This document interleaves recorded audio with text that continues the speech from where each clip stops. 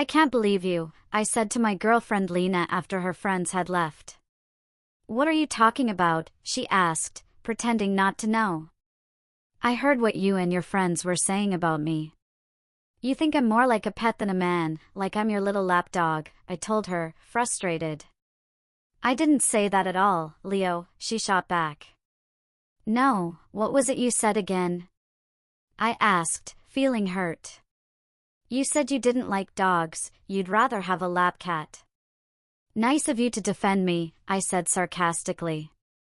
If you were more of a man, I wouldn't need to, she retorted. If I'm not man enough for you, then why don't you just leave me? I challenged. From the other room, we heard muffled voices. Some of us are trying to sleep. The neighbors were clearly disturbed by our argument. Lena looked at me, eyes welling up. We were just joking, Leo. I thought you were stronger than that. Maybe I'd make a better pet than a man, she muttered before turning, storming into the bedroom, and slamming the door. It was clear I wasn't getting any attention that night. I set up the sofa for the night and couldn't stop thinking about why I had gotten so upset. Honestly, I wasn't the stereotypical man's man, but I wasn't weak either. I was 6 feet 2 inches, decent build, what some might call a gentle giant. I hated conflict and confrontation, so I avoided it whenever I could. But if it made others happy, I would go along with it. Maybe that's why Lena's friends saw me as a lapdog. I was always running around after her, trying to please her. As long as she was happy, I was happy. But I hated the way she took advantage of my timid nature. She'd put me down in front of others, take the lead in the relationship, and make jokes at my expense because she knew I wouldn't stand up for myself. This was the first time I had ever confronted her about it. The next morning, I woke up feeling off. I usually sleep in just my boxer shorts, but something felt different. I reached up to find a thick black collar around my neck, jingling when I moved. I got up and looked in the mirror. Someone had put a collar around my neck. Attached to it was a gold disc engraved with Kitty, with Lena's name and phone number on the back. There was also a small bell. I was furious. I tried to pull it off, but it wouldn't budge, like it was glued to my skin. Lena! I shouted, storming into the bedroom, but she wasn't there. She was nowhere in the house. What kind of sick joke was this? I had to go to work, so I tried calling her, but there was no answer. I left her an angry voicemail. Thankfully, it was dressed on Friday at the office, so I could cover the collar with a scarf. It was going to be a bit odd, but I didn't have much choice. I got dressed in jeans and a hoodie, wrapped a scarf around my neck, and hoped it would muffle the jangling sound of the bell. When I got to work, I sat at my desk, trying to focus, when my friend Johnny came over. Hey, dude, he said casually. What's with the weird walk? I'm not walking weird, I mumbled, unsure of what he meant. And why are you wearing a scarf indoors? He asked, raising an eyebrow. I'm just a little cold, I replied, trying to brush it off. You don't look too good, he said, concern in his voice. You seem drained. Probably from sleeping on the sofa, I muttered. Are you wearing lipstick? He asked, pointing at my lips. Had Lena put lipstick on me without me noticing? I rubbed my lips, but nothing came off. I showed Johnny, who noticed that my lips were not only pink but also swollen. I think you might be having a reaction to something, he said, concerned. Worried, I got up and headed to the men's restroom. I felt like I was walking strangely, putting all my weight on the balls of my feet. I could walk normally if I consciously thought about it, but it felt really odd. When I reached the mirror, I froze. My lips weren't just pink anymore, they were a neon, shiny pink. And Johnny wasn't joking about the swelling, they looked huge. I was freaking out now. I pulled my scarf up over my mouth and returned to the office. Johnny, I said quietly, I'm really not feeling well. I think I'm going to head home and try to see a doctor. No problem, mate. I've got you covered. Take care of yourself, he said, sounding sympathetic. I got in my car and had to move the seat forward slightly. Was it slipping back? I tried calling the doctor's office, but no one answered. What was going on with people not answering their phones today? Reluctantly, I drove home. When I got inside, I noticed that the sleeves of my hoodie were starting to bunch up around my wrists. They must have just stretched, I thought. I looked in the mirror again, relieved that my lips hadn't grown or gotten any pinker. Maybe whatever reaction I was having was starting to subside. Then, I noticed my hair. It was about 2 inches long, and I usually kept it closely shaved.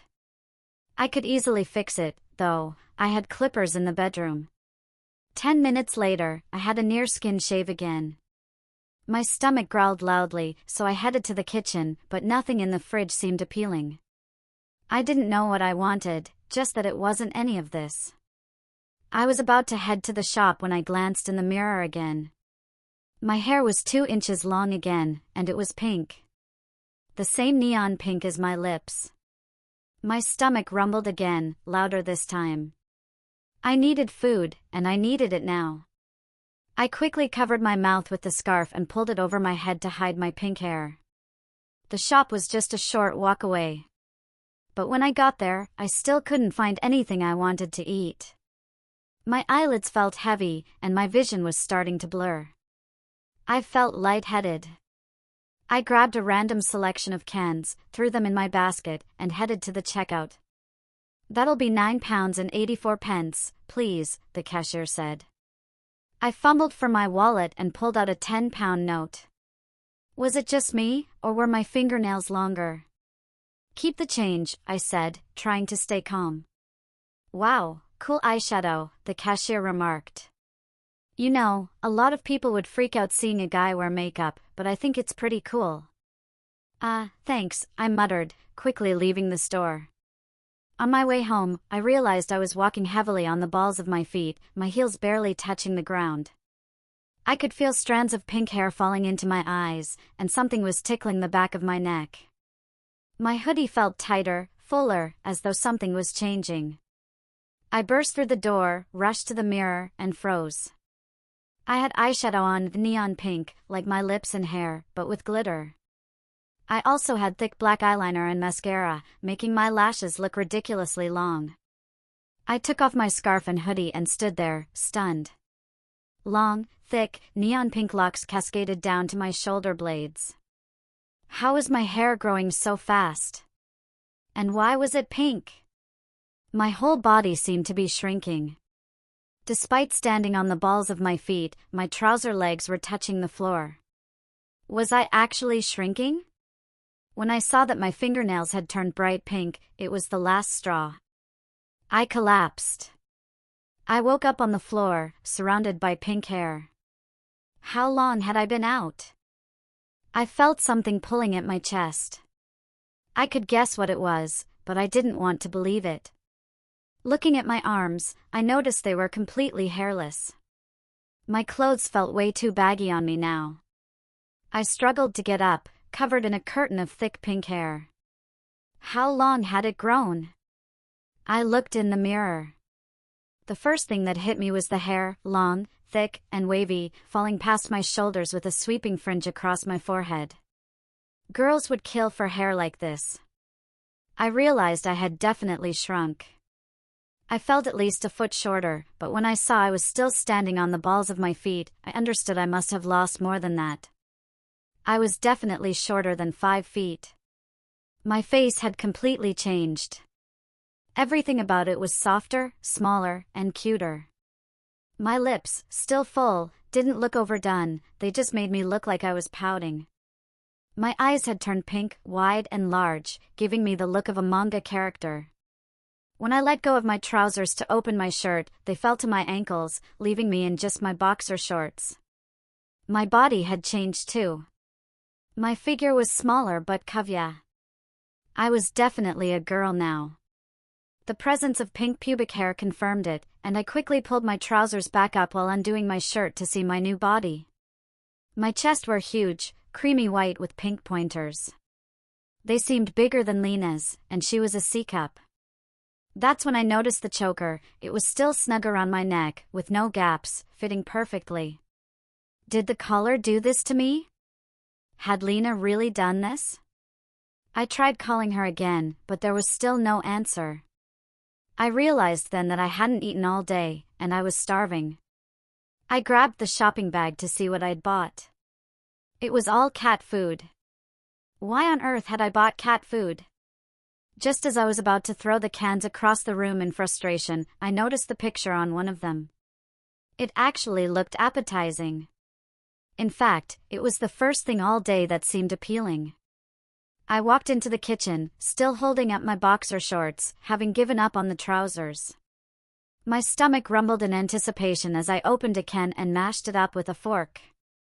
The chunks of meat in jelly looked delicious. Then, things got even stranger. I put the fork down and hungrily dove into the bowl, eating like an animal and licking it clean.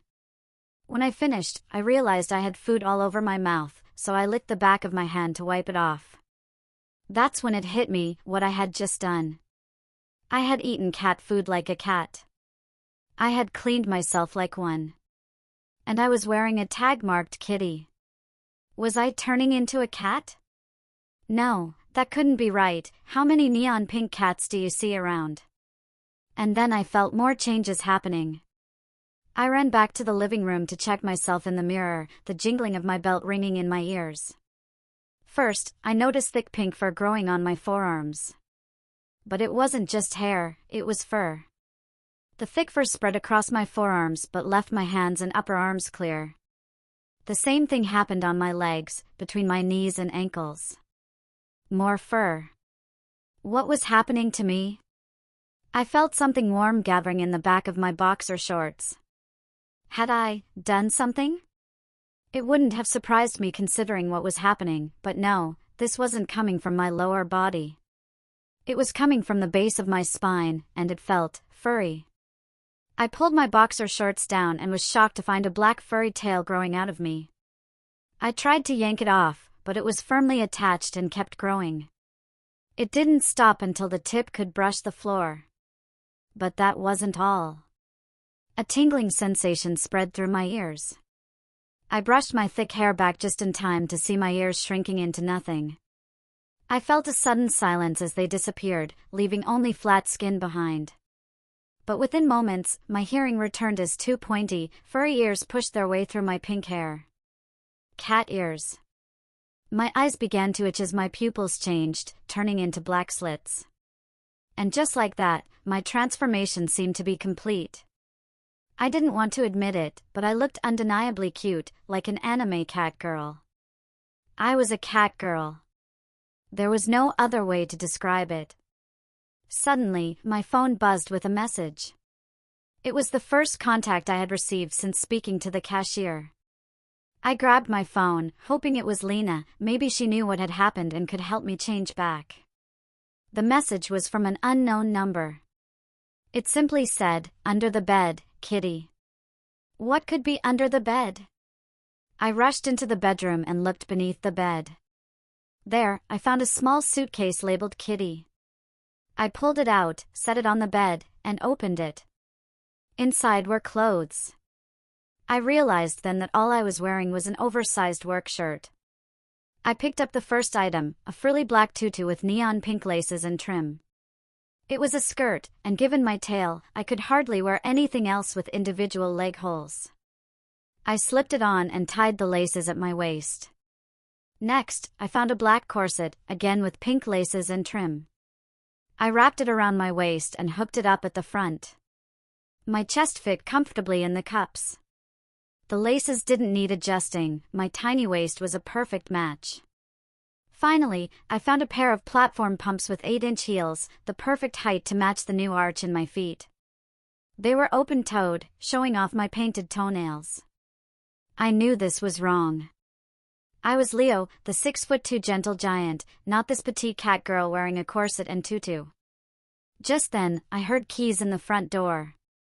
I hurried to the living room to see who it was, my little bell jingling as I walked. Lena walked in. "Hey there, kitty," she said in a sing-song voice as she walked over to the sofa and sat down. I froze in terror. My girlfriend had seen me like this. I was embarrassed and terrified. Don't be scared, kitty. Mommy's not going to hurt you, she said, patting the spot next to her on the sofa. Nervously, I walked over and sat next to her. That's my girl, she smiled. Let mommy give you a scratch behind the ears. The sensation was soothing. A strange noise escaped my throat. Was I purring? I didn't care. I snuggled into her lap, curling my legs onto the sofa, my tutu shifting as I laid down. Lena began stroking my thick pink hair. You'll never shout at mommy, will you, kitty? Not like the man who used to be here. No, because you're my little kitty girl. My darling pet. As she stroked my hair, I felt so relaxed, purring softly as I drifted into a peaceful sleep. I was ready to start my new life as mommy's kitty girl. If you appreciated this story and wish to show your support, please consider leaving a like and subscribing to my channel.